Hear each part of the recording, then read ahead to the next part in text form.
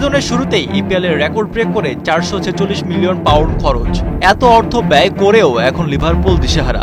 হ্যাঁ, English premier লিগে defending চ্যাম্পিয়নদের সব হাকডাক প্রথম 7 ম্যাচের পরই এক প্রকার ফুরিয়ে গেছে। কিন্তু কেন এই ছন্দপতন? কি হলো অলরেডদের? চলতি সিজনের প্রথম 5 প্রিমিয়ার লিগের 5টিতেই জয় পায় লিভারপুল, আর চ্যাম্পিয়ন্স লিগে আতলেতিকো মাদ্রিদ আর কারাবাও কাপে সাউথহ্যাম্পটনের সাথে আরও 2 জয় নিয়ে মোট 7 ম্যাচ টানা জয় পায় স্লটের শিষ্যরা।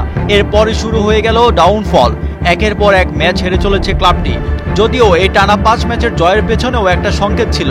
এভারটনের সাথে ইপিএল এর ম্যাচ ছাড়া বাকি সব ম্যাচেই 80 মিনিটের পর লিড নিয়ে জয় পায় ক্লাবটি। এর আগে 2018-তে এমন ঘটনা ঘটেছিল। কোচ ব্রেন্ডন রজার্সের আমলে টানা 4 ম্যাচ হেরেছিল অলরেডরা।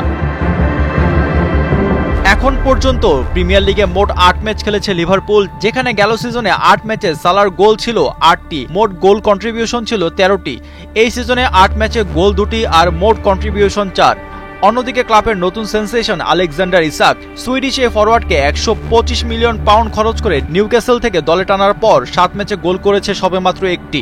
বায়ার্ন লিভারকুসেন থেকে আসা ফ্লোরিয়ান ভির্টস এবার 11 ম্যাচ খেলে এখনও গোলের দেখা পাননি। তাকে দলে নিতে খরচ হয়েছিল 116 মিলিয়ন পাউন্ড। সুযোগ পেয়েও গোল করতে না পারার লিস্টে আছে ইসাক, সালাহ, ভির্টস এবং হুগো একিতিকে। একমাত্র ইসাককে যে পরিমাণ অর্থ ব্যয় করে দলে নিয়েছে তা বাকি 10টা ক্লাবের মোট ট্রান্সফার ফির সমান। ইন্টারন্যাশনাল ব্রেকের আগে যেমন ছিল ঠিক তেমনিভাবে ক্লাবকে খেলিয়ে যাচ্ছেন স্লট। দলের মেজর কোনো পরিবর্তন আনছেন না দলের স্ট্রাইকারদের পারফরমেন্স ড্রপ আর সুযোগ পেয়েও কাজে না লাগানোর ব্যর্থতার কারণ। তাছাড়া দলের মিডফিল্ডে অবস্থানও নড়বড়ে। কাউন্টার স্ট্রাইক করতে গেলে সমস্যায় পড়তে হচ্ছে। একাধিক প্লেয়ার সামনে চলে গেলে ডিফেন্সে খালি জায়গায় তৈরি হচ্ছে, আর এই সুযোগের প্রতিপক্ষ লিভারপুলের ডিফেন্স ভেদ করে গোল করছেন। 4-2-3-1 ফরমেশনের লং পাসিং খেলতে গিয়ে বারবার বল হারিয়েছে লিভারপুল। যেখানে দলের দরকার রাফেনবার্গের মতো ডিফেন্সিভ মিডফিল্ডার, সেখানে খেলছেন অ্যালিস্টার আর ডমিনিকের মতো অ্যাটাকিং মিডফিল্ডার। ক্লাবটির সেন্টার ব্যাকেও রয়েছে সমস্যা। জারেল কোয়ানসাকে বিক্রির পর আর জিওভানির ইনজুরির কারণে মাঠের বাইরে থাকায় ক্লাবে এখন সেন্টার ব্যাক আছে ভ্যান ডাইক, কোনাটে আর জো গোমেজ। এর মাঝে কোনাটে প্রায় ইনজুরিতে ভোগেন আর ডাইক তার বয়সের কারণে প্লেইং টাইম কম পাচ্ছেন। তাই এদের মধ্যে একজন ইনজুর্ড হলে সমস্যায় পড়তে হচ্ছে লিভারপুলকে।